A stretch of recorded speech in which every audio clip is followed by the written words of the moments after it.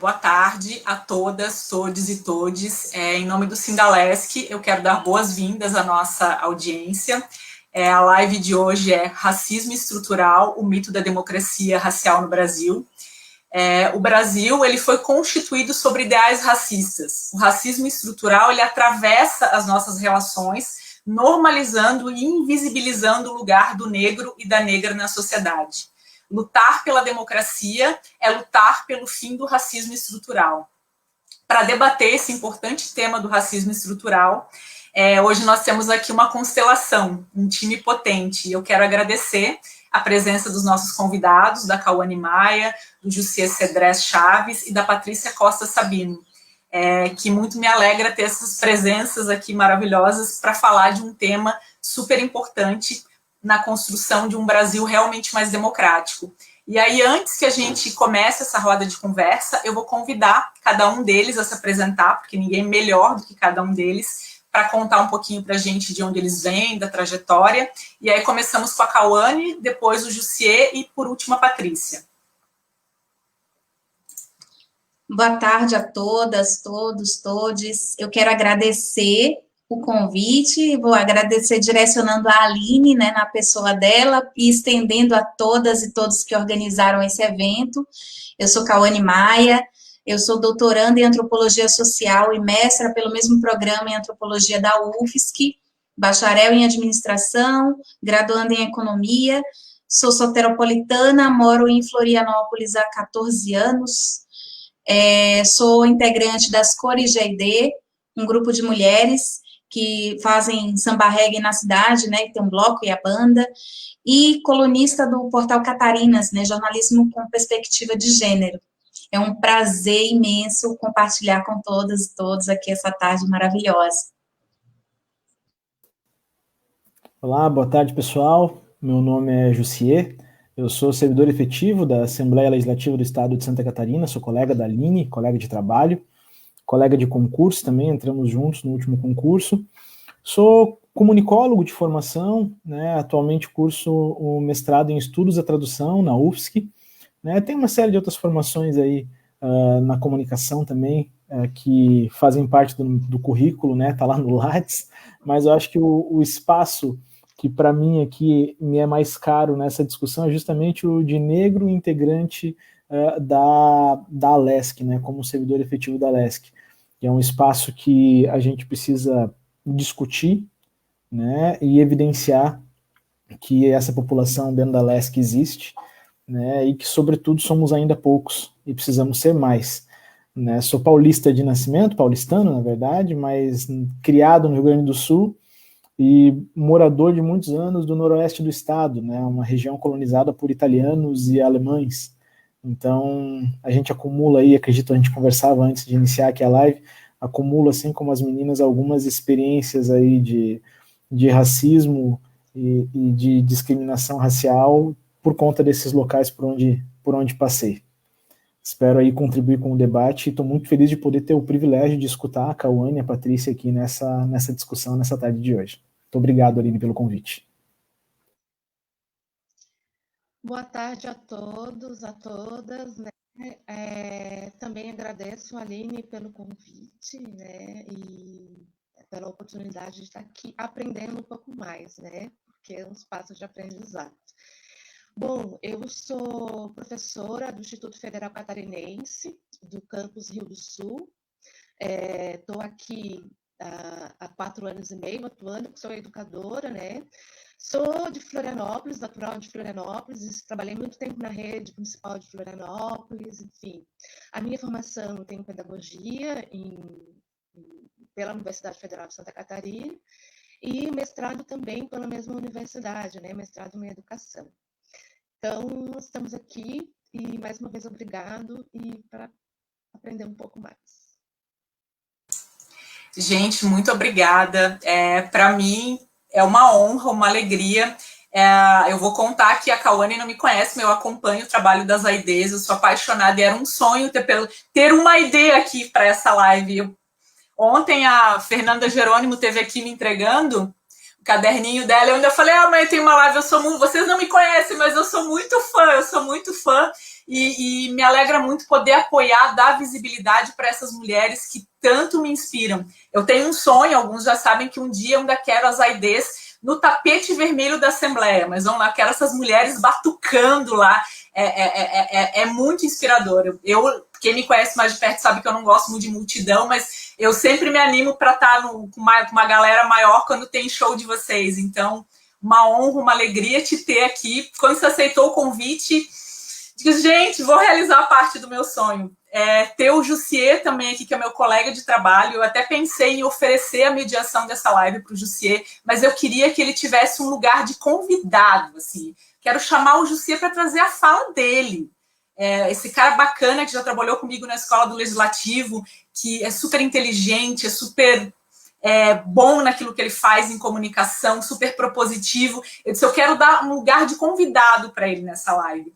E a Patrícia, a Paty, é minha amiga de longa data, porque eu também me perguntei assim, eu tô querendo só convidar, eu quero convidar pessoas de fora, e na verdade queria convidar um monte de gente, mas eu disse, gente, daí vai ficar difícil estruturar a live.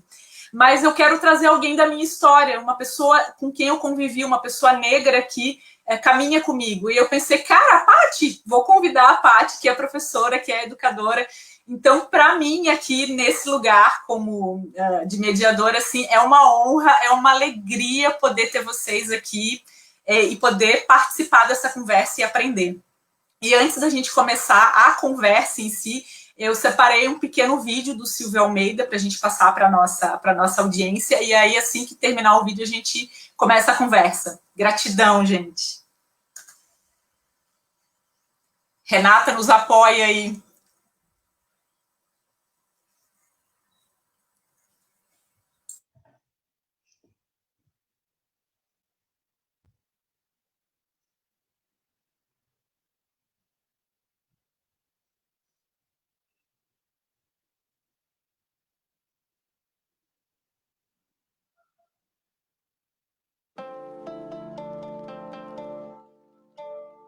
Olá, sou Mika Takahashi, ilustradora e artista. Minhas ilustrações estão presentes.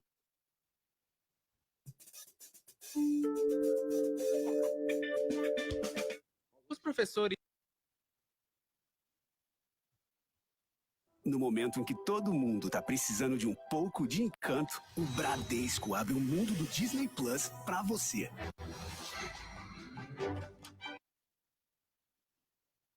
Silvio, a gente viu a urgência da questão racial e do racismo se tornar aí premente no mundo inteiro depois do assassinato do George Floyd nos Estados Unidos. Isso tem ecos aqui no Brasil, um país que sempre teve dificuldade para lidar com essa questão e no qual a existência do racismo estrutural é ainda colocada em dúvida até por alguns estudiosos, por alguns acadêmicos. A tese central do seu livro é que o racismo, embora tenha várias manifestações e várias categorias, ele é sempre estrutural. Eu queria que você falasse um pouquinho desse momento que o mundo vive e como ele se relaciona com a sua obra. Bom, em primeiro lugar, acho que a pergunta ela nos remete justamente a uma das facetas do racismo que torna mais difícil o entendimento. O racismo é um elemento muito complexo da sociedade no mundo todo, e não podemos deixar de ver o racismo na sua ligação intrínseca com outros elementos da vida social, como, por exemplo, a economia, como o direito, como a política e também até mesmo como a produção do imaginário social. E esse momento que nós passamos no mundo, acho que deixa bastante evidente que o racismo ele não comporta mais, não há mais lugar para raciocínios ou para pensamentos sobre o racismo que não estejam dispostos a ir além de atos individuais, de questões comportamentais, ou mesmo que pensem o racismo como parte de um mau funcionamento institucional.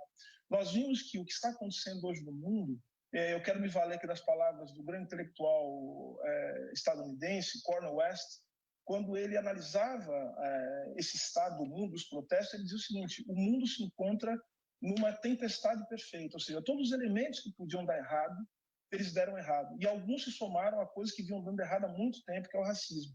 Ou seja, você tem, ao mesmo tempo, uma crise econômica, e crises econômicas, elas desvelam a natureza do racismo, que se reproduz enquanto desigualdade. Você tem uma crise política, no sentido de que é um questionamento constante à capacidade das instituições democráticas de responder, a não ser com violência, a contestações que estão além de seus limites.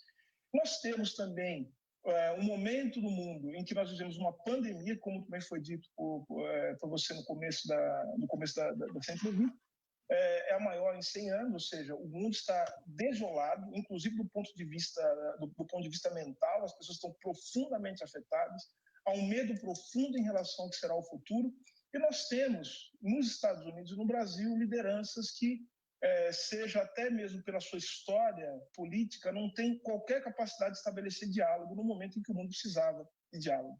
Então, ou seja, fica evidente, portanto, que o racismo não é uma questão pontual, não é comportamental. O racismo é algo que, se não tratado, compromete justamente tudo aquilo que nós dizemos lutar. Por exemplo, democracia, desenvolvimento econômico, possibilidade da gente expurgar a violência do nosso cotidiano, ou seja, o racismo é algo que se infiltra na vida social e que, se não tratado, leva ao aprofundamento das crises e compromete o futuro da humanidade.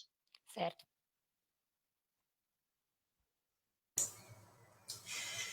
Então, gente, depois desse barulho, né, que é forte, eu queria convidar vocês, né, para gente, que o tema da nossa live é racismo estrutural, de vocês falarem um pouquinho, Cauane, depois Paty, Jussier, um pouquinho sobre o entendimento de vocês e a conceituação, se possível, do que é racismo estrutural. Porque às vezes as pessoas ficam, não, mas eu não sou racista, eu não...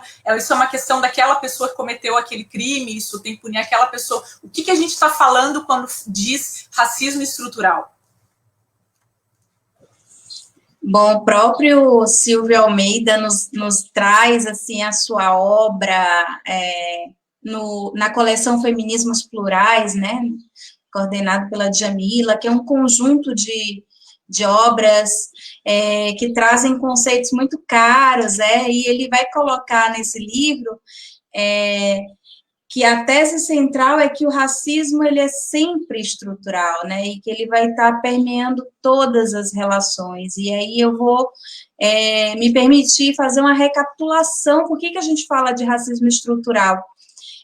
A gente tem uma nação amparada num sistema escravocrata de muito tempo, e que no pós-abolição, e até mesmo dentro do mesmo tempo histórico, né, no século XIX para o século XX, a gente tem aí o racismo científico, que tenta justificar essas brutalidades e criar hierarquias sociais através de critérios raciais, né, de critérios de raça, e coloca a população negra, os descendentes de africanos que foram sequestrados do continente africano, como um corpo destituído de humanidade, né?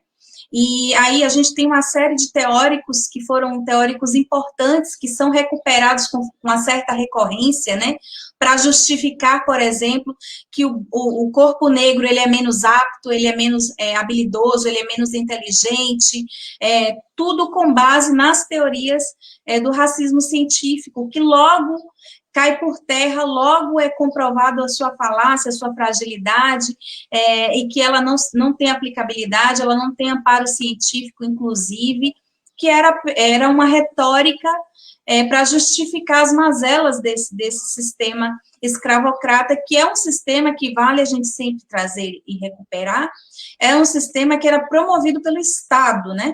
O Brasil, ele promovia o tráfico negreiro, então ele tem uma grande implicação e responsabilidade dentro desse caráter, assim. Então, após, ou concomitante também, porque as coisas não são tão lineares como a gente imagina, né? Depois da ideia da degenerescência, né, de que os povos não podiam se misturar, que o povo negro, quando misturado com outras etnias, criava uma população com propensão ao crime ou à loucura. Isso daí é uma teoria clássica do Nina Rodrigues, né, o pai da antropologia médica, o pai da medicina também no Brasil, e aí vai falar dessa teoria da degenerescência, e que vai ser refutada em seguida, e vai ser um ponto de partida para pensar que a miscigenação, ela precisava ser defendida como projeto nacional também, como um projeto de branqueamento da nação. Então, quando a gente tem a desestabilização das teorias da degenerescência, a gente tem o crescimento do projeto político de branqueamento,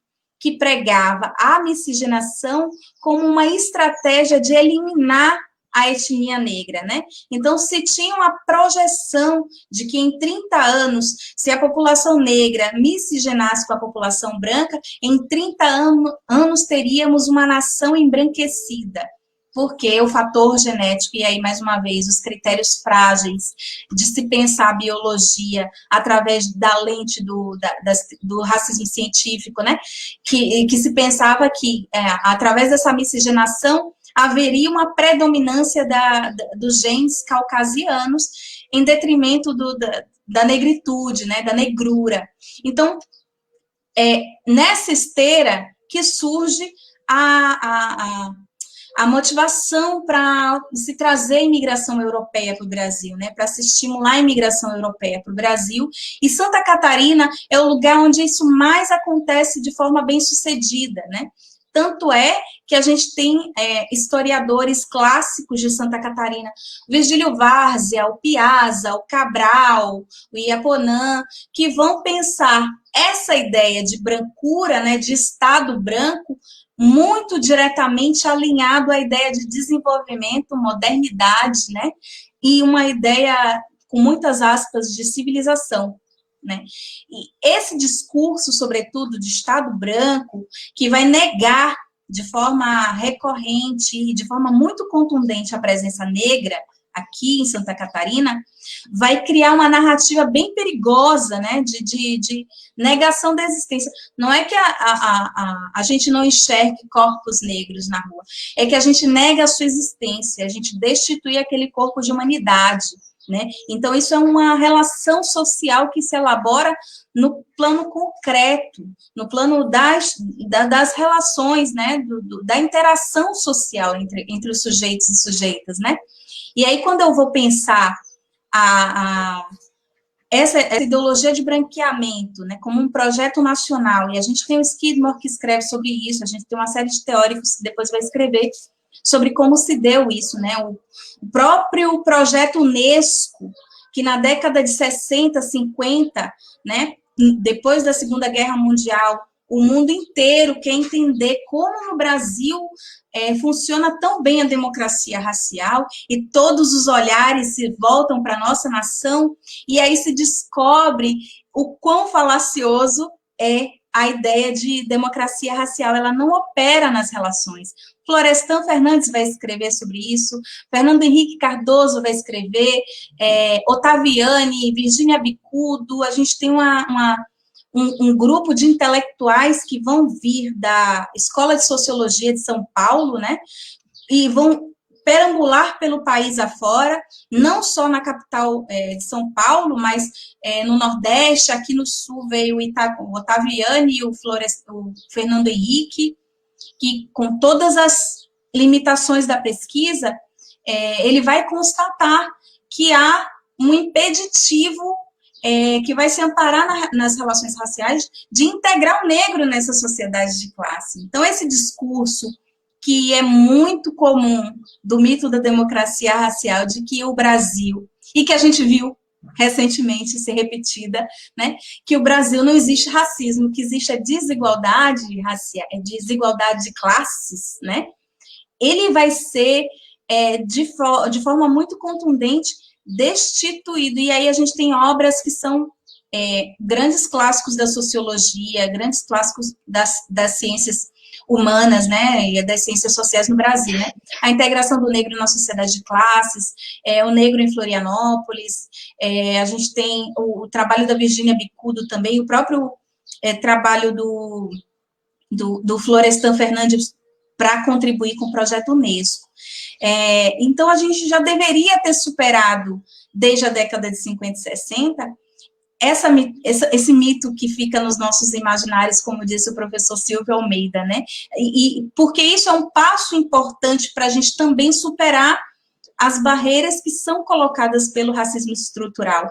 Tem um exemplo que é a professora Lia Schuckmann, que é uma intelectual importantíssima, uma das grandes contribuintes aí para pensar as teorias críticas da branquitude, junto com a Cida Bento e com o Lourenço Cardoso, e aí ela vai trazer um exemplo que eu gosto bastante para pensar o racismo estrutural, que é o seguinte: hoje, a fila de acesso a transplantes de órgão beneficia muito mais corpos brancos do que corpos negros, mesmo que o critério da fila, né, para transplante não tenha critério racial.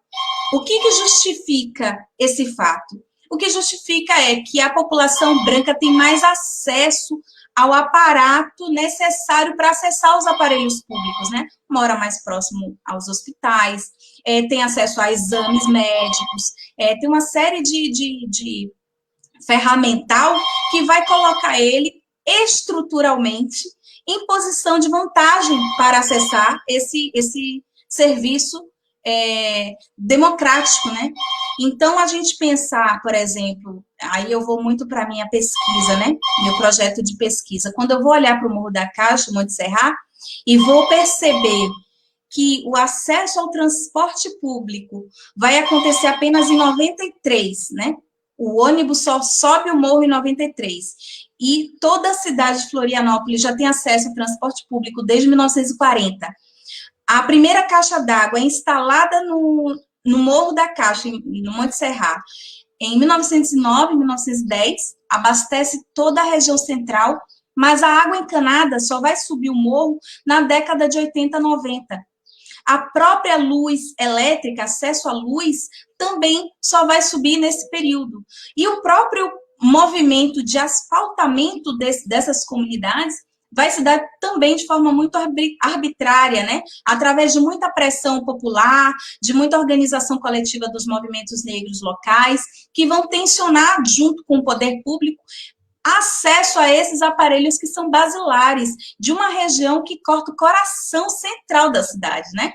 A gente, certamente, se a gente for analisar a história de bairros tradicionais de Florianópolis, onde a renda per capita ela é bem expressiva, a gente não vai encontrar histórias em que moradores tiveram que, com suas próprias mãos, asfaltar sua rua, ou que tiveram acesso tardio a recursos que são de infraestrutura muito básica. Então, isso é o que a gente poderia enquadrar, o que a gente poderia não... A gente enquadra como racismo estrutural. Não ter acesso a aparelhos de lazer, acesso à educação de qualidade, acesso a transporte, água encanada, são os exemplos mais prontos, assim, que a gente pode trazer. Mas quando a gente for olhar o dia a dia, o próprio cotidiano dessas comunidades, e a gente vai perceber muitos outros elementos que vão apontar para essas dificuldades dessas populações que são negligenciadas por um Estado que deveria ter a responsabilidade de garantir, de assegurar acesso a esses aparelhos, né? Então, isso é a evidência mais concreta do racismo simbólico operando hoje na nossa cidade, por exemplo, na capital catarinense, né? E isso não é uma exclusividade do Morro da Caixa de Monte Serra, é algo que acontece no maciço do Morro da Cruz, né? No maciço como um todo, acontece também no Monte Cristo, acontece na Chico Mendes, acontece em comunidades um pouco mais afastadas do centro da cidade, onde o contingente de população negra é grande. Então, por exemplo, quando a gente olha o percentual de população negra da cidade de Florianópolis, que perfaz 12% aproximadamente, de acordo com o último censo, e a gente vai observar que mais de 40% dos usuários de programas de Bolsa Família são populações negras, a gente percebe que existe uma população vulnerabilizada que tem cor, né?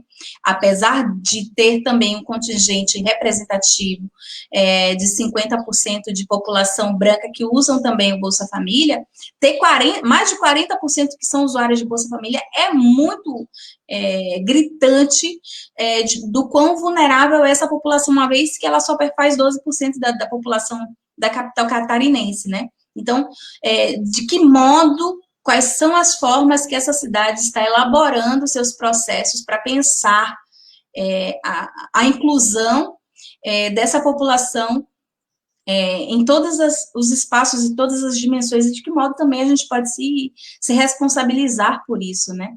Bom, por enquanto, eu acho que inicialmente é isso. Gratidão aí pela aula, Cauane. Patrícia, você quer acrescentar alguma coisa? Não, boa tarde, gente, novamente. Eu acho que a Cauane já foi bem clara, né, ao apontar que esse racismo estrutural é um racismo que está na base das relações sociais, né, que permeia as relações sociais na nossa sociedade e que faz com que muitas pessoas não tenham acesso, muitas pessoas não, né, mas falando especificamente a população negra não tem acesso a serviço básico da mesma forma que a população branca, por exemplo, né? Então, a gente precisa mexer nessa estrutura, por exemplo, né, eu diria, mexer nessas estruturas, modificá-las para que as relações sociais que estão postas na sociedade, elas também se modifiquem, né? Que a gente possa ter relações que não se deem só pela cor da pele, né? Que não se deem pela questão fenotípica, né?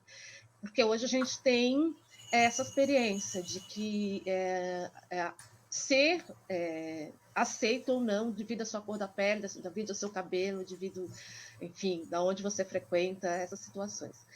Então, acho que é isso que eu teria para comentar nesse primeiro momento. Jussier, quer colocar alguma coisa? Eu queria trazer, Aline, uma coisa que salvo engano, é Gleison, né? Eu acho que o doutor, advogado, que esteve nessa também, mestrando, que esteve... Gleidson, isso. Eu não recordava exatamente qual era a pronúncia do nome dele. Ele falou uma coisa muito bacana, que não é uma frase dele, ele trouxe, eu não lembro agora, não vou conseguir citar a fonte. Ele dizia que algumas pessoas têm olhos de ver o racismo, né? Talvez a Cauane tenha escutado isso e possa, ou a Patrícia, trazer a autoria. Eu não recordo a autoria, eu lembro dele comentando isso na live lá da escola, né? E eu acho que o racismo estrutural, ele fala sobre está muito relacionado com essa frase, porque como ele é estrutural e a gente convive com isso cotidianamente, alguns de nós aqui mais jovens a vida inteira, né? Com certeza, as pessoas não enxergam isso, né? Então, como você não enxerga, é normal. Então, se é normal, do que vocês estão falando afinal? Ué, como assim? Sempre foi assim? Né? Que história é essa agora, que agora negro pode entrar aqui? Né? Como assim? Né? Vocês sempre puderam, né? É mais ou menos assim, não é agora que você pode, sempre pôde. Né? Então, esses olhos de ver, eu acho que são interessantes, né? São necessários para que a gente consiga expor essa estrutura. E a gente comentava antes da live que novembro é um mês em que todo mundo enxerga essa estrutura, né? Mas existem outros 11 meses do ano em que ela segue ali, né? É como o ar que nos envolve, né? Ele está aqui, a gente não enxerga, mas a gente sabe que ele está aqui. Né? Então, eu acho que o racismo estrutural ele fala muito sobre isso, sobre essas forças que para uma maioria são invisíveis, né, mas que nos mantém, nós negros e negras, né, ou ao menos tenta, porque nem sempre conseguem, né, mas tentam nos manter nos espaços delegados a esta cor de pele. E por nenhum motivo que não seja sua cor de pele. Independente da sua situação financeira, da quantidade de estudo que você tenha, isso eu acho que fala sobre estrutura. Porque não é o fato de você ter ascendido socialmente por ter conseguido um emprego melhor, perceber valores de salários maiores, né, morar num bairro talvez de classe média alta, classe alta, enfim, né? Eu sou negro morando lá no Morro da Caixa ou morando na Beira-Mar. A diferença é que no Morro da Caixa possivelmente não irão me confundir com um limpador de piscinas. Né? Já na Beira-Mar, provavelmente sim. Né? É possível que alguém ache que eu sou porteiro, né? Ou que eu estou fazendo alguma manutenção no prédio, né? Que é uma coisa muito comum que fala sobre essa estrutura, porque a pele chega antes. Né? Então não importa o mestrado ou o doutorado que nós tenhamos, o pós-doc que a gente possa fazer fora do país, não interessa, né? Não interessa o cartão de crédito, sei lá, Black, Platinum, Infinity, o que for. Né? A mão preta que segura esse cartão vai ser vista antes. Né? Então, eu acho que o racismo estrutural ele fala sobre isso. né, fala sobre essa estrutura que ela é invisível para uma maioria, percebida por uma minoria que tenta se desvencilhar disso e expor essa estrutura, né? A Aline começou brilhantemente com o vídeo do Silvio Almeida, né, do professor Silvio, que eu acho que depois, as indicações a gente talvez deixe para o final, mas eu já indico que pelo menos essa entrevista do Roda Viva, que é levinha, né, é uma entrevista tranquila, né, eu assisti e digo assim, faltou botar um racista na bancada de verdade, né, daqueles ferrenhos que a gente sabe que tem na mídia, né, faltou um desses para apanhar do Silvio, né? Isso infelizmente não aconteceu, mas eu acho que como introdução é excelente assistir isso aí para entender toda essa conceituação que a Cauane trouxe brilhantemente. Aliás, obrigado pela aula, Cauane. Eu comentava com elas que eu vim aqui para aprender, assim como a Patrícia disse, vim aqui para escutar e já começou muito bem.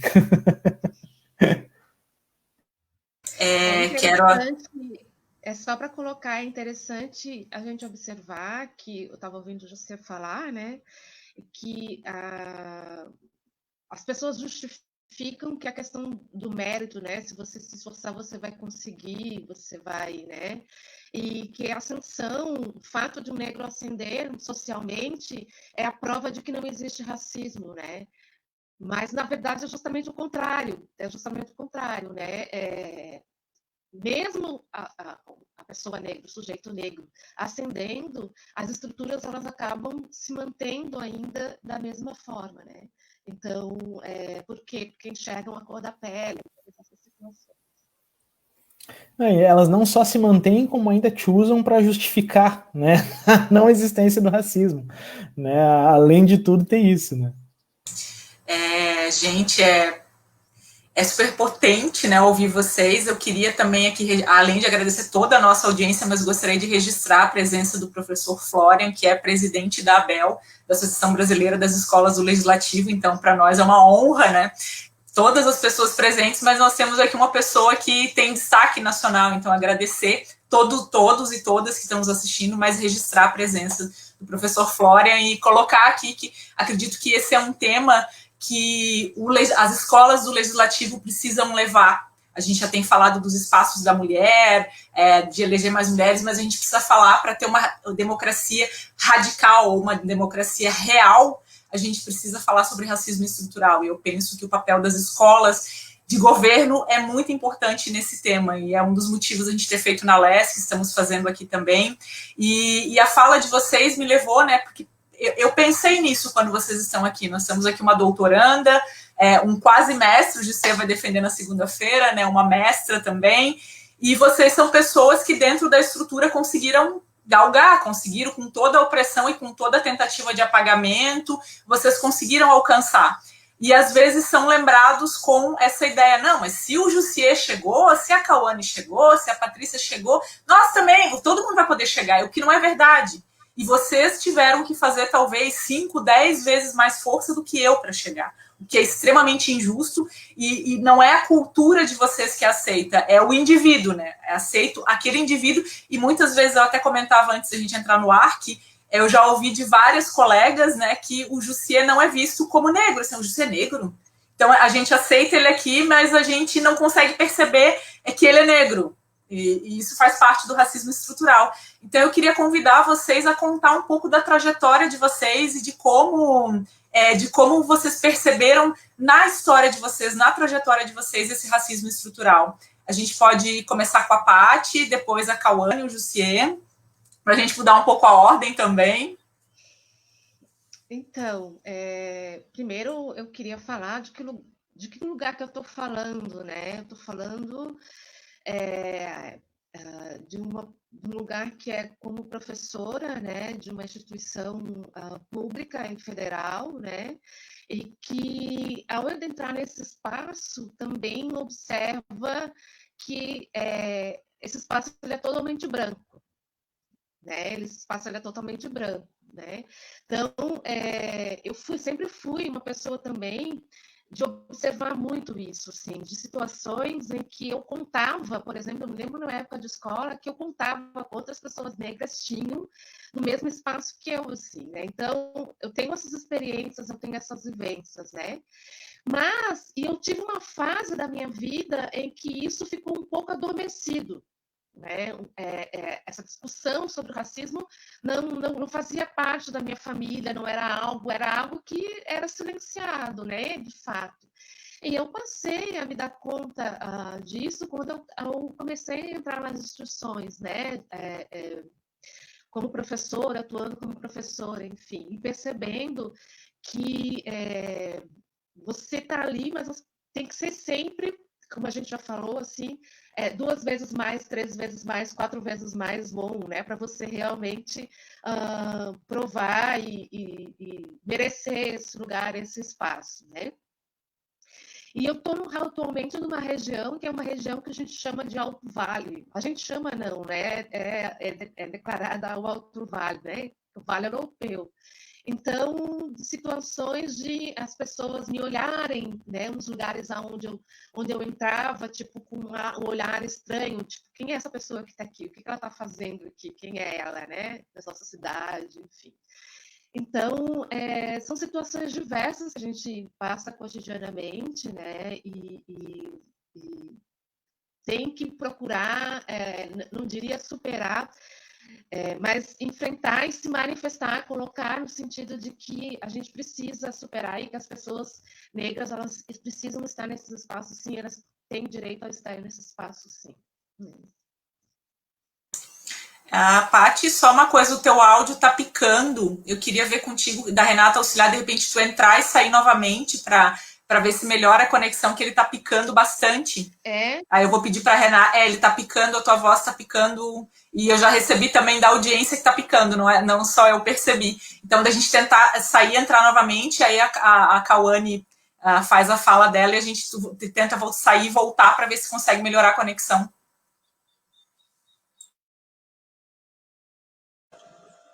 Bom, eu queria começar a recuperar aqui alguns elementos também para a gente poder pensar junto, né? Quando o Jussier coloca que as pessoas falam, mas você nem é tão negro assim, né? É uma fala muito recorrente e me lembra muito o livro da Grada Quilomba, quando ela vai falar sobre a afrofobia, né? Que é esse comportamento de dizer esse mesmo, né? Memórias da Plantation, né? Ela vai falar da afrofobia, que é esse comportamento que se tem de falar assim, quando a gente se coloca, eu sou uma mulher negra, mas você nem é tão negra assim, você tem traços finos, porque quando a gente ouve uma pessoa, por exemplo, de descendência açoriana, fala assim, eu sou filha de açoriana, a gente não fala, mas você nem é tão açoriano assim, você não é pescador, você nem tá com a tarrafa na mão, a gente não faz isso, né? A gente não nega esse lugar, porque a gente sabe a importância que essa ancestralidade evoca, né? A gente sabe a importância que esse orgulho de descender a essa população significa. Então, quando a gente fala, eu sou uma mulher negra, né? Mas você não é tão negra assim, mas você tem traços finos, mas como se a negritude ou a negrura fosse algo a ser combatido, né? Fosse uma afrofobia que precisa ser minimizada. É um dos ferramentais do racismo, né? Isso já está nomeado pela Grada Quilomba, né? Esse comportamento de tentar deslegitimar, diminuir a nossa importância ancestral, né? A nossa descendência. Por que esse comportamento acontece? Porque a questão da negritude é vista com maus olhos, né? Ser negro foi construído como algo ruim, né? Foi construído nacionalmente, desde o período de tráfico até os dias atuais, como algo indesejável, como algo, como eu já recuperei, né? Desde o racismo científico até o mito da democracia racial, algo a ser combatido, né? Então, podemos ser uma nação de moreninhos, afrobeges, marrom bombom, mas negro já é demais, já é, a dificuldade já se coloca aí, se reconhecer negro.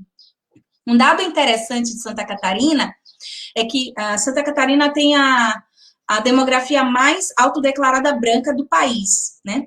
Desde quando o IBGE existe, desde quando o censo existe. Porém, desde 2005 para cá, 2005 até 2010, foi o último censo, essa autodeclaração vem caindo, já foi 90%, está em 85%. Isso não quer dizer que estão nascendo mais pessoas pretas ou pardas, quer dizer que as pessoas estão se reconhecendo nessa negritude, quer dizer que a gente está acionando essa descendência com mais legitimidade, com mais coragem. Então, quando a gente encontra pessoas que perpetuam a afrofobia, né, que é essa fobia da negritude, da negrura, né, a gente fica, assim, perplexo, porque isso é um caráter explícito do racismo. E aí a gente vai para o que a professora Patrícia trouxe aqui brilhantemente, que é pensar o papel do fenótipo nessa construção. Quando a gente tem uma capital catarinense que diz que quem nasceu nela é chamado de manezinho, numa referência direta à descendência açoriana, ela nega todas as outras descendências. Então, eu tenho um capítulo do meu livro que eu falo, em Floripa não tem negros. Era algo que eu ouvia com uma certa recorrência, desde que eu cheguei aqui em 2006. Ah, você não é daqui, você não é daqui. Inicialmente, imaginei que era um dom premonitório. Nossa, as pessoas têm, né, um dom de imaginar, porque, de fato, eu não sou daqui, né? Aí eu pensei, não, deve ser o meu sotaque de baiana, que me denuncia. Logo, eu já entendi que o fato de identificarem que eu não sou daqui se dá por conta da minha linguagem. E quando eu fui fazer a pesquisa de campo, eu me deparei com diversas narrativas de pessoas nascidas em Florianópolis, filhas de pessoas que nasceram em Florianópolis, netas de pessoas que nasceram em Florianópolis, que eram recorrentemente destituídas de uma identidade de pertencimento local, porque a ideia de pertencer a Florianópolis está diretamente relacionada ao fenótipo de aproximação com a descendência açoriana. Então, se você não se parece com um descendente de açoriano, logo você não é daqui. E aí eu percebo que a construção de uma identidade local, ela vai ser crivada dessa relação racializada, né? Mas por que a gente não pode pensar uma ideia de pertencimento local que coexistam diversas etnias? Porque também os indígenas estavam aqui, né? Os povos originários, né? Lá em Canasvieiras, aqui no centro, no terminal Rita Maria, eram lugares onde há relatos de viajantes falando dessa presença indígena, né? Então, se tem alguém que não estava aqui, não eram só os negros, também os imigrantes europeus não estavam aqui desde o início, né? Essa terra também precisa reconhecer essas outras etnias que coexistem. E aí, para trazer um pouco também da minha experiência, falando assim dos olhos de ver, que o José trouxe, eu participei de um TEDx Floripa, que eu falava justamente desse daltonismo proposital, que faz com que, ao passo, ou você nega absolutamente o racismo, ou você vai para um caminho também que é muito perigoso, que é o de não ver cor. Gente, isso é tão perigoso quanto o racismo concreto de discriminar o outro. Porque quando você tem uma estrutura racializada, você tem todo um aparato pronto para negar essas presenças, e você, nesse discurso de não ver cor, não reconhece as dificuldades dessa população que já é estigmatizada, destituída de humanidade, você está contribuindo para que ela se perpetue. Tem estudos norte-americanos que já falam disso, né, do colorblind, desse daltonismo aí que, mais uma vez, recentemente foi trazido em discursos aí, né, públicos, né, de políticos aí de grande envergadura, dizendo que não vê cor. A gente precisa ver cor. A gente precisa reconhecer que essas cores ocupam lugares distintos, para que a gente possa atuar de forma concreta. E aí, pensando no meu corpo negro, dentro dos espaços acadêmicos, tem uma outra experiência que eu compartilho, que é o fato de que teve uma mesa que eu fiz, aí uma colega branca falou assim, Kawane, como é que você se vê nesse lugar de privilégio que é a academia? Eu entrei na UFSC em 2010 para fazer economia. Pós-cotas, fui aluna de ações afirmativas, sou aluna de ações afirmativas, né? Então eu reivindico esse lugar, a importância desse lugar. E quando eu entrei ali, havia um tensionamento absurdo contra os estudantes oriundos das ações afirmativas, né? A elite local, os estudantes brancos se mobilizaram de forma muito violenta contra corpos negros. E falo contra corpos negros porque havia ações afirmativas, cotas raciais e cotas de ensino público, né? Quem veio de escola pública.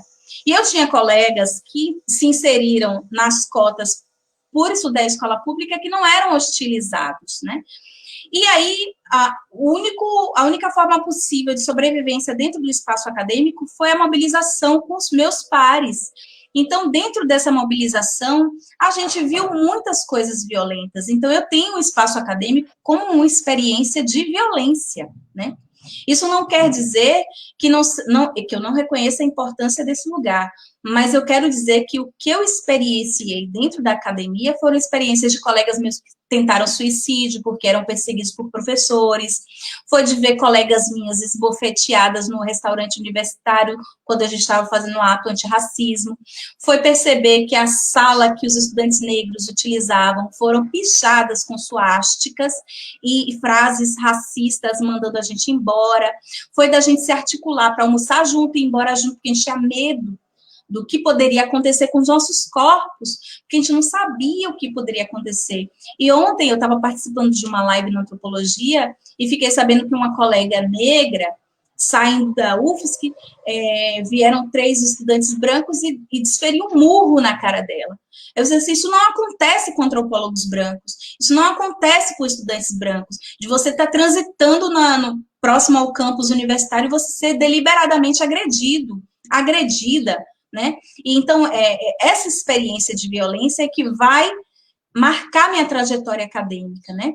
Isso não quer dizer que eu vá recuar ou nada disso, mas quer dizer também que eu vou ter a consciência de que eu atuo para que essas experiências sejam melhores, assim, né? Que pessoas que me sucedam, que venham depois de mim, tenham experiências um pouco melhores para contar sobre o espaço acadêmico. É isso. É bastante triste, né, Cauane, ouvir relatos como esse em 2020, né? Quando a gente tem tanta coisa mais importante para estar discutindo, a gente ainda tem que estar discutindo racismo aqui, né? Obviamente não que racismo não é importante, não é isso, né? Eu vou deixar claro para que ninguém torça o que eu estou dizendo aqui, né? Mas não deveria mais ser pauta nossa. Isso já era para estar, isso devia ser normal, reconhecido, tranquilo e superado. Já tivemos tempo para isso, né? Mas falando sobre a trajetória, pegando o teu gancho que tu falou sobre o percurso acadêmico, eu fiz a minha graduação e, por N questões, acabei me mudando 2 vezes durante o percurso do meu bacharelado em comunicação. Eu começo ela na Unijuí, em Juí, no noroeste do estado do Rio Grande do Sul, aquela cidadezinha pequenininha, 80 mil habitantes, colonização alemã e italiana na sua maioria, entre tantas outras que eles reconheciam lá. Saio de lá e vou para Santa Maria, passo um tempo em Santa Maria, estudo na Unifra, que tem ambas particulares, e depois venho para Florianópolis e finalizo os estudos aqui na Estácio de Sá, lá em São José. Isso levou em torno de 5 anos, né, porque é difícil, e isso é característica de estudante de escola particular, acabar o curso no período normal, que seriam 4. Né, então levei 1 ano, 1 ano e meio a mais para fazer isso. E eu acho que nesse período todo, eu não consigo enumerar 5 colegas negros. Eu não consigo. Comigo, aqui em Santa Catarina, formaram 2. E ainda tinham 2. Né? Em diversos momentos, em vários semestres, não tinham nenhum. Né? Então, isso é complicado. E eu estava falando sobre a questão de não... das pessoas dizerem, não, você não é tão negro assim, né? Eu lembro de uma história que aconteceu comigo quando eu tinha, eu acho, 15 ou 16 anos, estava no ensino médio, ainda na cidadezinha lá do interior, né? E aí tinha um evento das Olimpíadas da escola, que eles resolveram encenar aquele momento pré-Segunda Guerra Mundial, que o Jesse Owens, aquele atleta negro, vence as Olimpíadas na Alemanha, né? Vence uma corrida, na verdade, na Alemanha. E aí a professora de história, veja bem, professora de história, se aproximou de mim e perguntou assim, tá, mas tu podia encenar aí, podia ser o Jesse Owens e tal? Eu digo, claro, professora, até porque eu tô olhando aqui e não tô vendo nenhum outro negro para sê-lo, né? Eu acho que teria que ser ela de, não, tu não é negro, tu é só mais queimadinho.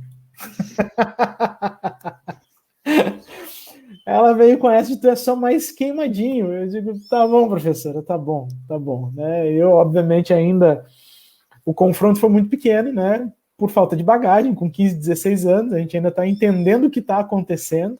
A gente toma tapas cotidianos do racismo e não entende muito bem o que está acontecendo, né? Mas ainda assim consegui chamar a atenção dela para dizer, claro, eu sou o único, né? Não tem outro aqui. De fato, não tinha. A escola era particular, ou só tinha eu, né? Mas a trajetória, a minha, pelo menos, ela sempre foi muito atravessada por isso, porque em algum momento da nossa vida o meu pai conseguiu ter uma condição melhor, não na minha criação, porque eu me criei dos meus 5 até os meus 15 anos, então aí 10 anos da infância, eu morava numa cidade periférica de Porto Alegre, morava na Alvorada, né, numa zona bastante pobre, dessa cidade que já era pobre, né, então lá eu tinha muitos amigos negros. À medida que a gente foi melhorando um pouquinho, esses amigos foram diminuindo, né?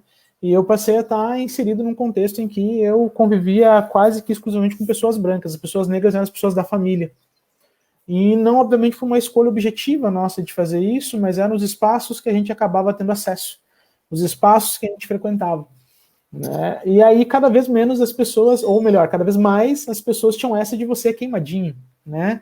Você é mais escurinho, você é bronzeado, né? E assim por diante. Mas essa questão de não ser daqui, né, que tu comentou, me chama atenção e me remete a uma coisa que eu vivenciei e percebi muito aqui em Florianópolis e em outros espaços tem, mas aqui em Florianópolis parece que, talvez pelo meu entendimento, ficou mais evidente. A aceitação dos corpos negros, ela é quase que automática, natural, tranquila, quando eles são de fora do Brasil. Se você está na universidade, você tem um estudante negro que veio da África, tudo certo, ele de fato é reconhecido como estudante negro, né? Nós aqui teremos dificuldade nesse reconhecimento por alguns dos nossos pares, não todos, evidente, né?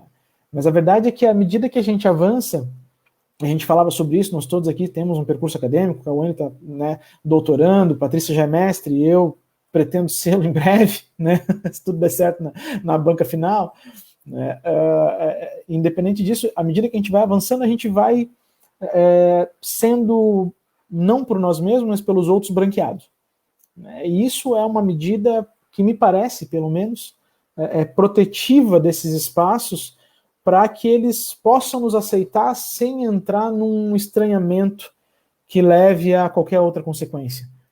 É quase uma defesa psicológica que as pessoas fazem, se utilizam essas barreiras que eles erguem, né, para não enxergar a nossa cor, para que eles possam também aceitar essa convivência forçada, porque afinal de contas ninguém pediu nada para eles, a gente só foi, fez e conseguiu, chegou, né.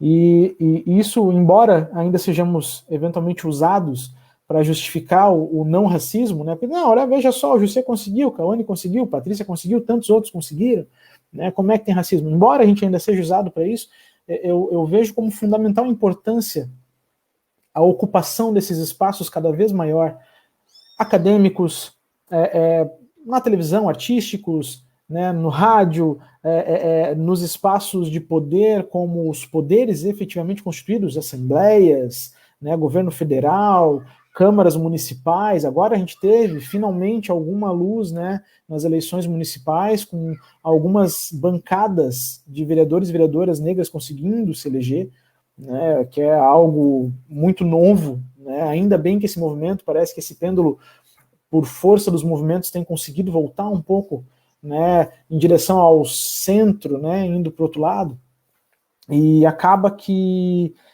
isso é de fundamental importância para que se criem referências. Eu lembro que eu procurava referência, a minha referência para fazer comunicação não foi alguém que eu vi, foi a minha irmã que eu vi. Tem uma irmã que é jornalista, professora da UFSC, né, hoje chefe de departamento de jornalismo lá da UFSC, né, ela foi minha referência. Ela 3 anos mais velha, ela entrou em comunicação, né, na mesma universidade, na Unijuí, e por conta de leituras dos livros dela e dos estudos que ela fazia, eu me interessei por comunicação também, acabei cursando. Ela teve uma referência, Glória Maria. Glória Maria, jornalista à época da Globo, ainda é, acredito, né, que foi quem serviu como referência para ela. Não por acaso os estudos dela foram justamente com relação ao número de jornalistas negros ocupando as bancadas principais dos jornais. Eu, nessa mesma esteira, fiz um estudo na época da graduação que fazia um comparativo das campanhas publicitárias que vendiam o Brasil internamente e externamente. Eu comparava a figura do negro nessas campanhas.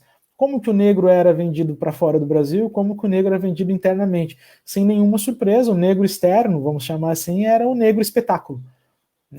Era o negro da capoeira, era o negro do futebol, era o negro do samba, era só essas representações que a gente via, né? Ou o negro servindo os brancos nos resorts, nos restaurantes e assim por diante. Então é um processo de constante reconstrução e de luta que a gente vive para tentar desmobilizar esse racismo estrutural e fazer com que isso, de alguma maneira, ao ser exposto, possa ser também combatido numa luta antirracista, né, por colegas brancas como a Aline, entre tantos outros que a gente poderia citar aqui, que atuam diretamente nessa frente. Obrigada, gente. Eu até fico aqui assim, deixar, porque o principal, como a gente conversava nos bastidores, eu acho que a gente pode trazer conceitos e passar sobre temas, mas eu penso que as narrativas, elas são muito tocantes, porque quando vocês trazem aqui histórias, por exemplo, o Jussier trouxe uma assim, e se você conversar com muitas crianças negras, porque às vezes você pode dizer, não, foi a história do Jussier, mas não é, se eu ouvir outras crianças negras, elas vão ter vivido essa experiência.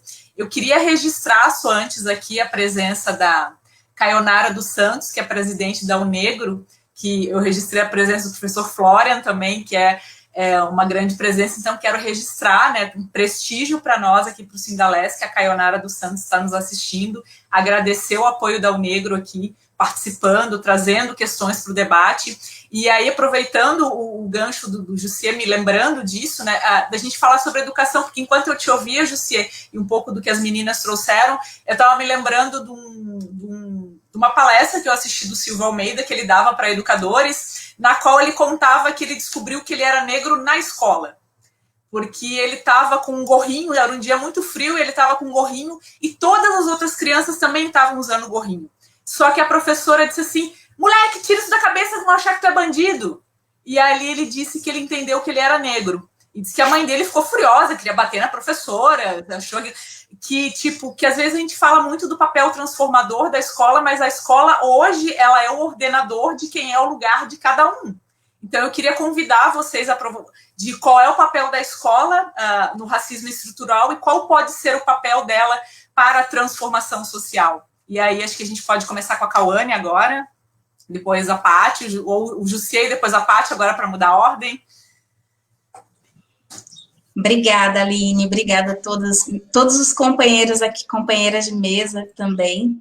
Eu quero também registrar a presença da Luciana Freitas, do MNU, né? A Caionara da UNegro e a Luciana Freitas são companheiras antigas aqui, de grandes lutas e entraves aqui, mulheres de muita coragem, inclusive nessas últimas campanhas aí, assumiram o front, né, se lançaram com candidaturas muito corajosas, né, com campanhas belíssimas, e eu espero mesmo poder, em breve, comemorar a inserção de mulheres negras como estas em espaços como a Câmara ou a Assembleia, quiçá com a governadora ou presidenta.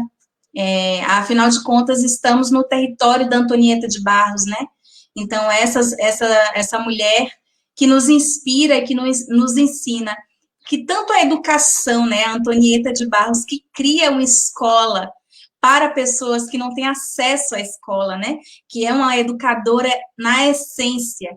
que vai escrever também para os periódicos, os principais periódicos da cidade, e depois vai se lançar, concomitantemente, na verdade, vai atuar como a primeira deputada mulher negra do país, né, deixando para a gente, deixando para o estado de Santa Catarina, esse legado importante que é a presença das mulheres negras nesses espaços de tomada de decisão. E eu fico muito confiante e confortável de saber que eu me vejo representada nessas mulheres, na Caionara, na Luciana Freitas, na Cirene, nessas mulheres aí que tiveram a coragem, a ousadia de peitar uma campanha, né?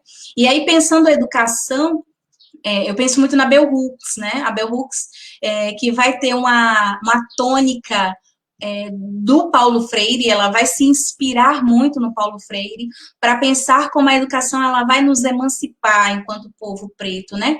E da experiência que ela tinha no período das escolas segregadas, né? Onde ela era uma estudante que tinha uma professora negra com colegas negros, e a formação dela começa a ser uma formação de emancipação, que busca reconhecer as potências, reconhecer a sua força ancestral e tudo mais, e aí depois, com o fim das escolas segregadas, ela vai para uma escola com brancos e pretos, e aí o professor branco, os professores brancos começam a destituir a autoestima dela, a fazê-la questionar sobre suas potencialidades intelectuais, sobre sua capacidade cognitiva.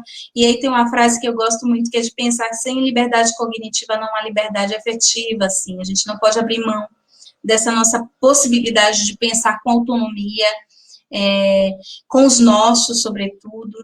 Eu, particularmente, tenho nos espaços dos movimentos negros de Florianópolis um espaço de formação, né, de sujeitos e sujeitas.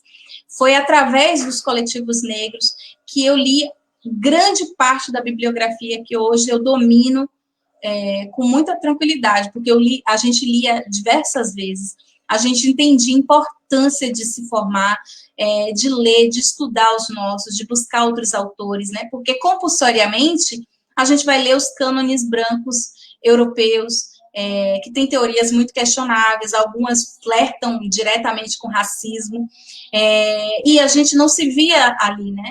Aquela narrativa não nos cabia, não cabia nos nossos corpos, e aí a gente vai se amparar nos nossos teóricos, né, negros e negras, que vão produzir muito, né? E aí eu acho que o discurso do mérito, que é o novo manga com leite mata, né?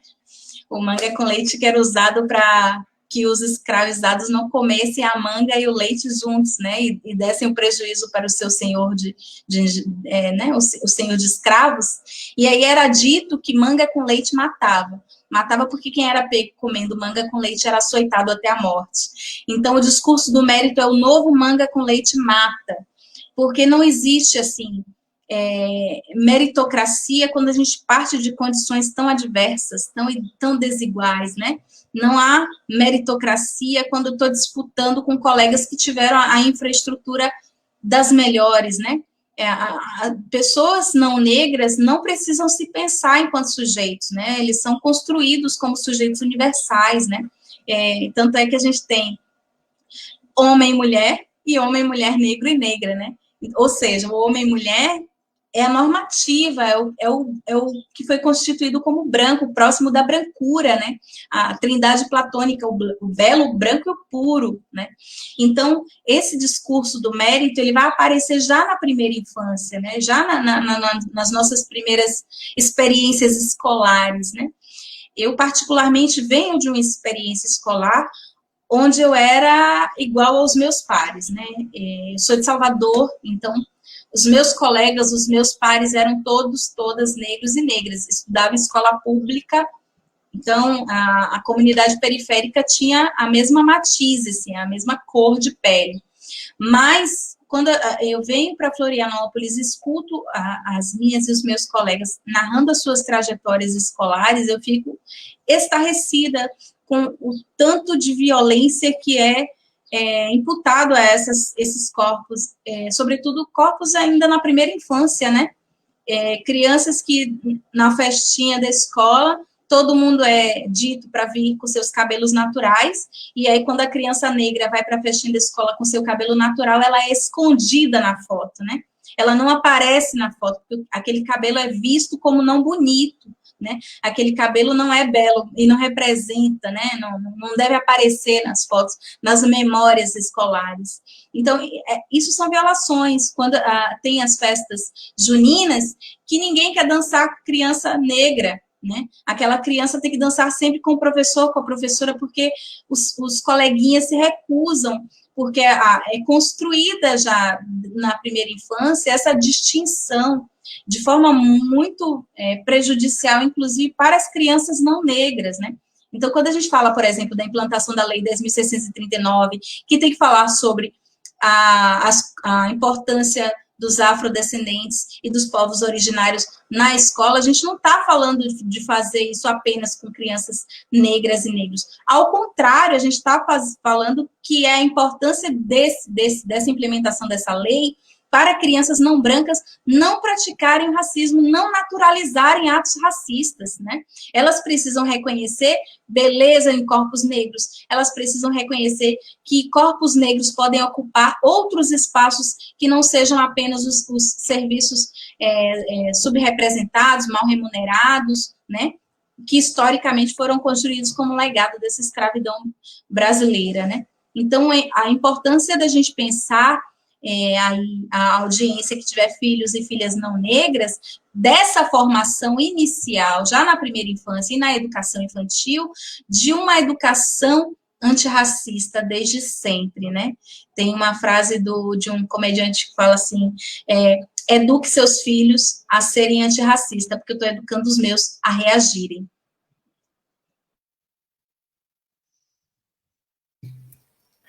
Perfeita frase para encerrar. Muito bom. Eu tenho filhos, né? Eu tenho um filho, na verdade. Filhos não, tenho um filho. Ainda estamos tomando coragem para ver se vem um segundo ou não, mas a priori é um só, né? E ele tem 5 anos e estuda numa escola particular. É aquela história de que a condição que a gente vai galgando na vida faz a gente ter acesso a outros espaços que comumente negros e negras não têm. E isso na escola que ele estuda é bastante explícito. Eu vou te dizer que ele está na escola desde um aninho dele, mais ou menos, então em 4 anos ele teve uma coleguinha negra, que era filha de uma professora. E essa professora em si não era negra, era um casamento interracial, assim como o meu também é. Eu sou filho de um casamento interracial, a minha esposa é branca, então Benício, meu filho também, né? Portanto, ele acaba até sendo um pouco mais claro do que eu, né? Pouca coisa, mas é. E a gente não teve coleguinhas negros, a gente não teve professores negros na escola até agora. E veja a importância disso e como isso influencia na educação dessas crianças que não convivem com a diversidade, né? E o quanto eu tenho me preocupado com isso também, com relação ao meu filho que não convive com crianças negras, né? Porque as próprias crianças da família, que algumas são evidentemente negras, moram muito distante, então os primos que ele acaba convivendo não são os primos negros, porque moram muito longe, então ele convive majoritariamente com crianças brancas, né? E esses espaços de educação e socialização dessa primeira infância que a Kawane fala, eles deveriam ser muito mais inclusivos, né? Deveriam ser muito mais representativos da sociedade, né? E infelizmente a gente acaba não tendo isso. Nas escolas públicas, ok, a gente ainda consegue ter algum nível dessa pluralidade, né, de cores, de peles, de corpos, mas nas escolas particulares isso é praticamente inviável, quase impossível, é muito difícil de se ver. E falando em escola, eu lembrei de uma história, tu contou a história do Silvio, Aline, eu lembrei de uma história da minha irmã, né, quando morávamos em São Paulo, ela então com seus 3 aninhos ou 4, chegou na escola e as crianças não queriam dar a mão para ela na roda, na hora de brincar, porque iam sujar a mão, né? Afinal ela era negra, iam sujar a mão, e diziam para ela que ela tinha cor de cocô, então não queriam brincar com ela e assim por diante. Então veja a representação que é criada e o quanto a escola foi inerte nesse caso, né, porque nada foi feito, na realidade. E a gente percebe, tem casos vários que se acumulam aí diariamente, ainda hoje, né, portanto, 30 anos depois, que seguem acontecendo, né, e a gente também percebe que as escolas não têm uma reação. Teve um caso bem recente agora, da época da pandemia, de uma escola, agora não vou lembrar onde é que é a escola, mas se não me falha a memória, no Nordeste, né, que numa troca de mensagens num grupo do WhatsApp das mães lá, a mãe reclamava, veja bem, todas escolas particulares, né, uma escola com várias unidades, e a mãe reclamava porque os filhos teriam que estudar. É como se os filhos do pessoal que mora na beira-mar tivessem que estudar com os filhos de alguém que mora no Córrego Grande. Não era no morro, não. Era só um outro bairro que não era de classe alta, né? E a mãe fala isso, não, porque eu não quero que o meu filho estude com pessoas do bairro tal, porque a gente paga uma escola e conseguiu ascender na vida, e para o meu filho estudar com pessoas da mesma classe, etc. Né? E a escola se posiciona de uma forma assim, extremamente branda, tipo, a gente vai ver, a gente vai fazer alguma coisa, a gente repudia, mas fica por isso mesmo. Né? Os espaços escolares também acabam não dando uma resposta, seja por conta do capital, no caso das particulares, que não quer perder os alunos, seja por conta do governo, no caso das públicas, que tem uma orientação que prega uma não ideologia, que por si só já é uma ideologia. Então, a educação ela é a saída. Né? A implementação da lei, a 10.639, que tu citas, eu lembro do quanto ela foi debatida à época. Meu pai fez o mestrado dele em educação sobre a lei, né? Sobre a implantação da lei. Meu pai tem um mestrado em educação e ele é sociólogo. Né? E eu lembro dos debates, veja bem, lá no interior do estado do Rio Grande do Sul, no oeste do estado, aquela região que é tipo o Vale Europeu, onde a Patrícia mora hoje, né? A resistência, porque ele fez o estudo de campo nas escolas da região lá, né? A resistência dos professores, né, com relação à lei era algo assim de uma ordem que é impossível de se qualificar aqui agora. Né? Mas a escola tem ação fundamental, é o trabalho da base, o que a gente faz na escola do Legislativo, aqui na Assembleia e nas demais escolas de governo, que o Dr. Florian falou, é basicamente uma pequena fração do que é possível o governo fazer, mas é nas escolas mesmo, de primeira infância, de ensino infantil, no caso, né, seja particulares ou públicas, é que a atuação tem que ser mais incisiva para que a gente tenha alguma mudança no futuro. Né? Mas eu não vejo num curto horizonte uma mudança muito significativa. Eu não consigo perceber isso. Eu não sou otimista para isso. Eu acho que por isso que a frase que tu citou do comediante me chamou a atenção, porque é mais ou menos isso que eu penso. Né? Ensine os seus a serem antirracistas, porque o meu vai revidar. Né? Eu não revidei a contento, então o meu possivelmente revidará.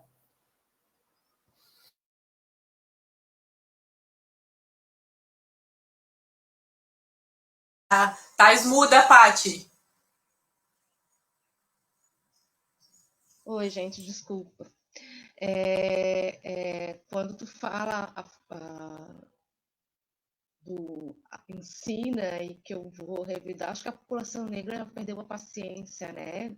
A gente tem visto as últimas notícias por aí e as manifestações sempre foi uma tentativa de fazer pelo diálogo, mas às vezes o diálogo ele não está funcionando mais, então é preciso às vezes ser um pouco mais enfático em determinadas situações, né, para poder ser respeitado, enfim.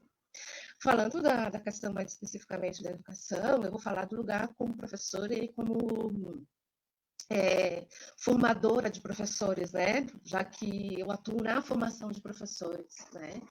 Então, qual tem sido a minha experiência? Minha experiência tem sido um desafio de contribuir para formar professores mais críticos e conscientes nesse processo. Né? É claro que eu também estou me constituindo, como eu falei inicialmente para vocês, a minha experiência no movimento, né, no movimento negro, vamos dizer assim, ela é muito recente, o meu despertar é muito recente, então eu tenho um espaço ainda de muito aprendizado, muita coisa para aprender ainda, né?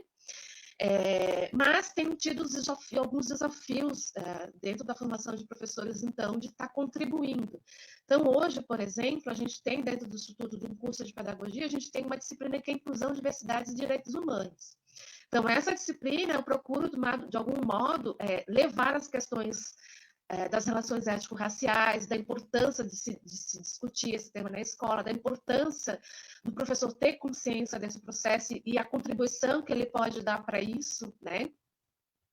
E é um desafio, porque a gente ainda percebe que mesmo com a lei 10.639, que obriga, né, e mesmo com as diretrizes, porque a gente tem as diretrizes curriculares, né, da educação das relações étnico-raciais, a gente ainda enfrenta muita dificuldade no espaço escolar em relação a essa temática. E tem uma coisa muito interessante que foi uma conversa que eu participei essa semana, que as pessoas dizem assim, mas quanto menos a gente falar de racismo, melhor. Aí a coisa passa, se não falarmos, não vai existir racismo, né? A ideia de que se eu não tocar, de que se não for falado, a coisa vai desaparecer como se fosse um passo de mágica, que na verdade não é, né? Então, a gente precisa, sim, nas escolas ainda trabalhar essa temática, precisa avançar mais, a gente precisa avançar muito na formação dos nossos professores, né, nesse sentido, porque as escolas, as universidades, elas se preocupem com essa formação, né, desse sujeito, para que ele saiba também como trabalhar em sala de aula, porque a gente vê que muitos dos nossos professores, eles também não sabem ainda, né, como trabalhar no espaço da sala de aula, como trabalhar as relações étnico-raciais. Então, a gente está precisando que nos cursos de formações isso cresça cada vez mais esse espaço, né, para a gente possa trazer para a escola essa discussão e que para a gente possa tentar buscar romper essa coisa como é que eu posso dizer, da criança negra que nas festas ninguém quer dançar com ela, ou porque ninguém quer brincar com ela, ou enfim, outras situações, né?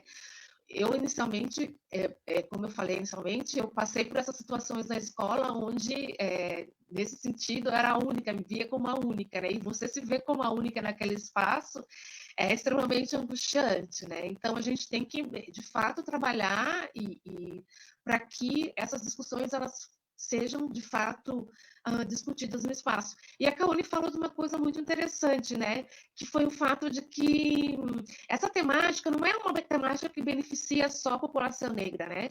Mas que beneficia também a população branca, né? Então, acho que entra numa questão aqui que, muito além dos negros falarem, discutirem essa discussão, os brancos também precisam, né? Eles se beneficiam disso para ter atitudes, ações que sejam menos racistas, menos preconceituosas, né? Então, ainda há um desafio muito grande, eu vejo que há um desafio muito grande nas escolas, principalmente nos espaços de formação de professores, né? E que a gente vem lutando, buscando cada vez mais para que isso avance.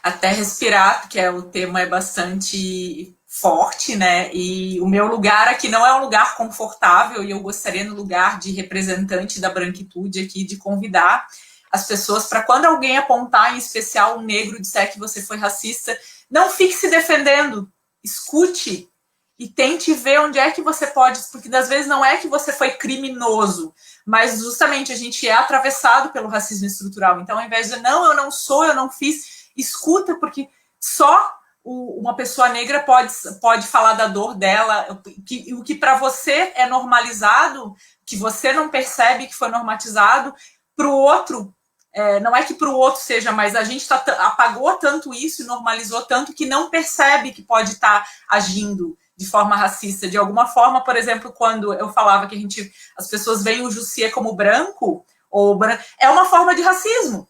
Quando a Kaone trouxe assim, você tem traços finos, parece um elogio, mas é racismo. Então, se alguém dissesse, falar uma coisa dessas e você, em vez de se defender, procure lidar com esse desconforto, escute primeiro, nem se defenda, escute o que o outro está trazendo, né, em especial se for uma pessoa negra, escute e se reflita com você mesmo ao invés de se defender, porque todos nós somos racistas em desconstrução. E eu queria trazer aqui para a gente fechar e convidar vocês para as considerações finais, porque está muito bom o debate, mas o horário avança. Algo que a Kaone trouxe, a Antonieta de Barros, e eu fiquei muito feliz que na semana passada eu fiz uma live sobre a Antonieta de Barros, para a Escola do Legislativo, com a professora Jerusi Romão, com a professora Eliane Debus, que foi incrível, assim, um grande presente para mim, grande aprendizado. E uma das coisas que saiu da percepção que a gente já tinha, mas ficou maior, é do quanto a Antonieta, que foi essa grande mulher, a primeira deputada mulher e negra do estado de Santa Catarina, ela é invisibilizada, e outras pessoas negras também são invisibilizadas, e que a gente precisa trazer, então, falando de educação, de representação política, que precisa trazer essas pessoas, falar mais delas. Depois da Antonieta, não houve nenhuma mulher negra dentro da Assembleia. A gente teve um deputado suplente negro, mas não teve nenhuma pessoa eleita.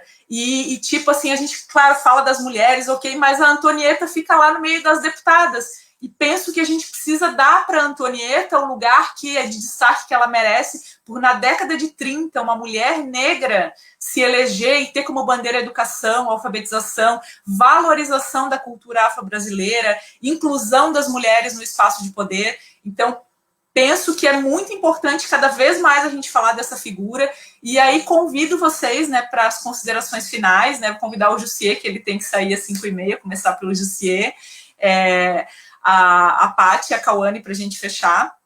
Então, de como é que a gente pode, pensando em representação política, em cultura afro-brasileira, de como que a gente pode trazer essas pessoas para o espaço que elas merecem e para que vocês se despeçam. Ai, gente, eu quero ficar aqui, mas não pode.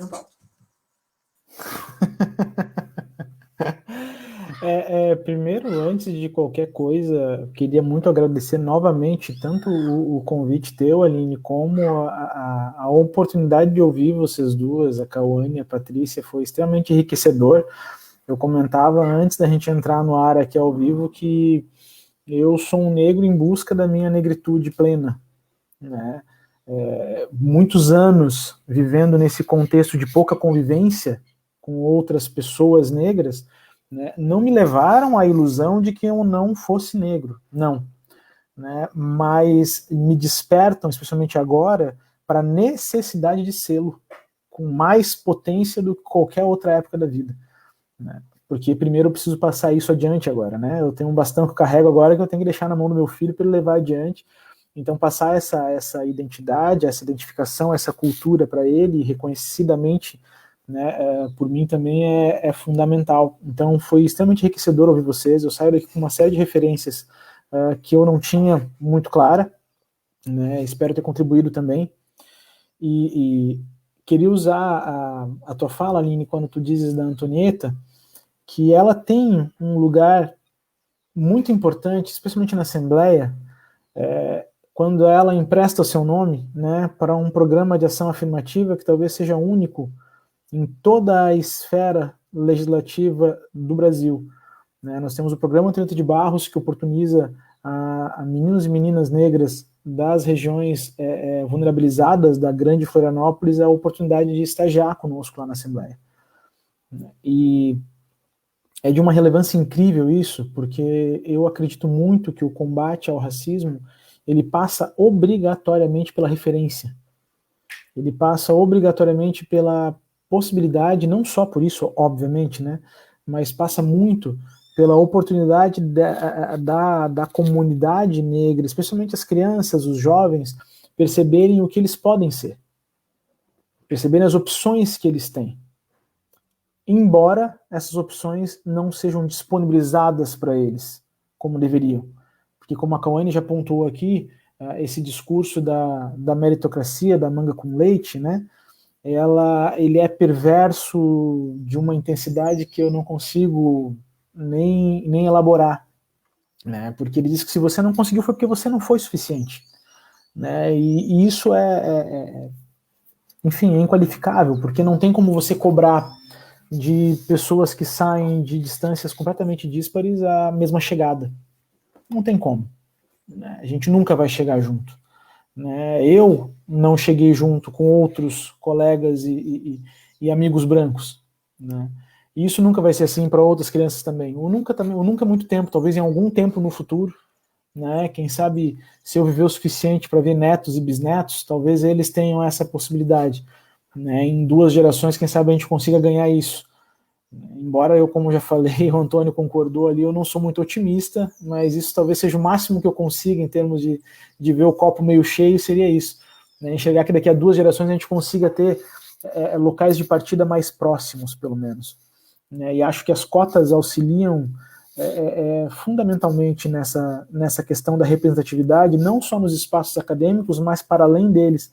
Né? No futuro, do meu filho poder imaginar-se médico porque conheceu médicos negros, né? Ou engenheiro porque conheceu engenheiros negros, e tantas outras profissões que a gente pode citar aqui. Né? Eu citei 2 que eu acho que talvez sejam uma das mais elitizadas, né, que a gente conhece, as engenharias e a medicina, entre tantas outras. Né? Mas eu gostaria de encerrar minha fala deixando uma indicação de um filme que eu vi, que para mim foi muito importante, foi indicado pelo meu pai, um filme bem recente, tá, da Netflix, chama American Son, ou Filho Americano. Não sei se vocês já viram, se não viram, vejam. Ele fala sobre racismo nos Estados Unidos, né? Ele não é um filme que fala sobre o nosso racismo aqui, mas ele fala muito sobre o modo como nós precisamos nos portar e comportar em sociedade. E é um roteiro muito bacana, são pouquíssimos atores, isso que é o mais interessante. O filme inteiro se desenrola basicamente numa sala de espera de uma delegacia, né? Então você tem só um local de filmagem e você tem 5 atores, o filme inteiro. E a história é sensacional para que a gente pense essas relações dos corpos negros, aquilo que nós podemos e não podemos fazer enquanto negros e aquilo que os brancos podem e não podem fazer enquanto os brancos. Aquela história de que eu preciso entrar no mercado,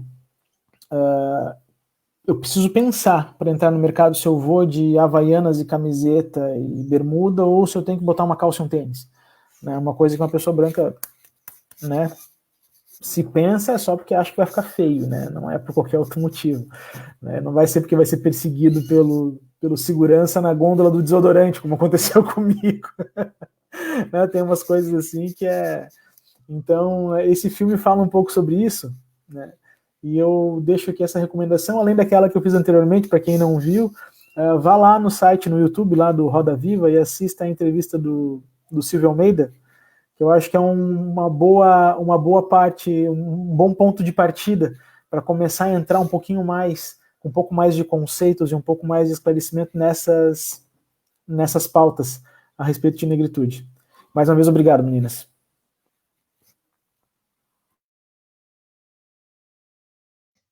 Patrícia? Então, falar em representatividade é algo extremamente importante, né? Fazer com que as nossas crianças, os nossos jovens possam se ver em outros locais que não aqueles já pré-estabelecidos, né? É extremamente importante. Eu penso que à medida que essa representatividade for aumentando, a gente vai conseguir, de algum modo, naturalizar o que não é ainda, mas naturalizar a presença negra na sociedade, né? Porque essa presença parece que ela é algo exótico, vamos dizer assim, em muitos momentos, né? Os corpos negros são muito exóticos nesse sentido. Então, a gente precisa da representatividade, de fato, para a gente poder perceber e ver que nós podemos ocupar outros espaços, sim, e que isso faz parte e é natural, né? E nós temos esse direito, né?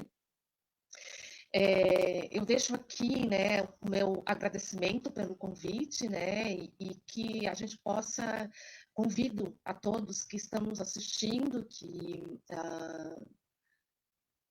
possam entrar junto nessa luta antirracista, né, nesse espaço de enfrentamento aí contra o racismo, né, para que a gente possa romper com essa estrutura que é tão preconceituosa, que é tão além de machista, é racista, né? Então, enfim.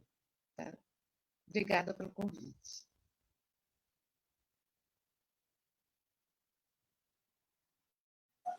Eu quero agradecer, assim, a composição da mesa, a Jussier, a Patrícia e a Aline pelo convite, assim, foi de fato um momento muito oportuno de partilha mesmo, né, de fazer a palavra circular e de pôr as ideias para gingar nessa roda epistêmica, e é muito interessante poder oportunizar esses encontros, e eu queria encerrar agradecendo, né, por esse espaço, por essa possibilidade, saudando as mulheres negras de Santa Catarina, as mulheres negras do movimento negro de Santa Catarina, dos movimentos negros de Santa Catarina, as mulheres que me antecedem na luta, as que vêm comigo e as que virão ainda. E aí eu vou encerrar com uma poesia da Conceição Evaristo, Vozes Mulheres, que eu quero dedicar a elas todas as mulheres. A voz de minha bisavó ecoou criança nos porões do navio. Ecoou lamentos de uma infância perdida. A voz da minha avó ecoou obediência aos brancos donos de tudo. A voz de minha mãe ecoou baixinho, revolta no fundo das cozinhas alheias, debaixo das trouxas, roupagens sujas dos brancos, pelo caminho empoeirado, rumo à favela. A minha voz ainda ecoa versos perplexos, com rimas de sangue e fome. A voz de minha filha recolhe todas essas vozes, recolhe em si as vozes mudas, caladas, engasgadas nas gargantas. A voz de minha filha recolhe em si a fala e o ato, o ontem, o hoje, o agora. Na voz de minha filha se fará ouvir a ressonância, o eco da vida-liberdade. Cauane, eu quero te convidar para divulgar o teu livro também. Mostra aí para a galera o livro. Onde é que as pessoas podem adquirir? Esse é o livro, ele é fruto da minha pesquisa de mestrado na antropologia. Eu pesquisei o Morro da Caixa, Monte Serrat. Especificamente, eu dei uma olhada, joguei luz no Pastinho, que fica perto do topo do morro, para falar um pouco, contar um pouco sobre essa trajetória da população negra e tensionar essa demografia de uma cidade que se reivindica açoriana e como essas comunidades negras criam processos revolucionários para existir. A revelia do racismo seguem criando estratégias de sobrevivência, criando arte, criando espaços de formação e educação, né? São quilombos contemporâneos aí que seguem produzindo muito, né? A revelia de um Estado aí que segue negando sua presença. Ele está disponível no site da Apris, né? Da editora. Ele é recém-lançado, assim, eu acho que eu lancei ele dia 19 agora, e eu estou muito feliz, assim, pela oportunidade de escrever, né, até porque eu proponho uma escrevivência antropológica do Morro das Mulheres. Muitas vezes, quando a gente fala do Morro da Caixa do Monte Serrat, a gente fala ou do Morro das Mulheres ou do Morro Negro. Então, eu quero falar do Morro das Mulheres Negras, essas mulheres que movem as estruturas de uma cidade.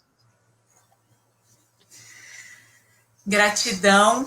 Eu quero, fechando aqui, gente, agradecer imensamente a presença de vocês. Eu acho que vocês compõem uma constelação maravilhosa, né? Estrelas reunidas aqui. Para mim é muito gratificante poder estar ouvindo, aprendendo com vocês, porque eu já disse, sou uma racista em desconstrução, né? Me dei conta disso, então parei de me justificar e convido quem está nos assistindo, as pessoas brancas, porque como já disse a Angela Davis, não basta não ser racista, é preciso ser antirracista. E acho que uma das coisas que nós podemos fazer é apoiar e divulgar o trabalho, então convido que vocês sigam Jussier nas redes sociais, Patrícia da Costa Sabino, Cauane Maia, sigam também as Cores de Aidê, e todas as Cores de Aidê tem mulheres maravilhosas, então sigam, fomentem, desfrutem da cultura local, pesquisem mulheres negras que moram aqui em Florianópolis, que moram em outros lugares, pessoas negras, fomentem essa cultura. A gente está numa crise, está numa pandemia, essas mulheres precisam de apoio. Eu mostrei no início aqui o trabalho da outra Aidê. a Fernanda Jerônimo, que está lançando agora, vendendo pelo Instagram dela. Então, um trabalho lindo, artístico. Então, vamos fomentar, vamos incentivar a cultura afro-brasileira e vamos consumir, porque uma das formas da gente ser antirracista é justamente oportunizando voz e visibilidade. Não é oferecer a minha voz, porque as pessoas têm voz. Eu estou oferecendo a minha voz para que a voz delas sejam ouvidas. Então, não basta só ceder a rede social, vamos fomentar a rede social das pessoas negras. Vamos dar like, vamos dar curtida, vamos ler pessoas negras. Eu gostaria de indicar aqui um livro que eu li na Tag Livros, que foi indicado pela Djamila Ribeiro, O Olho Mais Azul. Tem um livro, leiam pessoas negras, porque a gente pensa, não existe, a gente fala da bendita da consciência humana, mas a consciência humana invisibiliza as diferenças. Então, convido você, pessoa branca, a não usar mais esse termo. Não, o que importa é a consciência humana. Mas o Morgan Freeman que já nem pensa mais daquele jeito. Veja, porque quando você fala da consciência humana, você está invisibilizando a dor do outro, a história do outro, a trajetória. Então, sigam, consumam, fomentem. Para mim, estar aqui, convidar essas pessoas, essas estrelas, é uma forma de contribuir no meu processo de deixar de ser racista e de fomentar a luta antirracista. Então, quero agradecer imensamente em nome do Sindalesc, que oportunizou, e na verdade essa live não acontece só por mim, eu sou a porta-voz, né? Temos um coletivo que aceitou, fomentou, então eu quero agradecer também a toda a diretoria, o nosso presidente, o Alexandre, agradecer a Renata, que está sustentando a live aqui, e dizer que para mim realmente é uma honra, é difícil até terminar, mas então agradecer a nossa audiência, essas estrelas que compartilharam espaço aqui comigo. Gratidão, gente.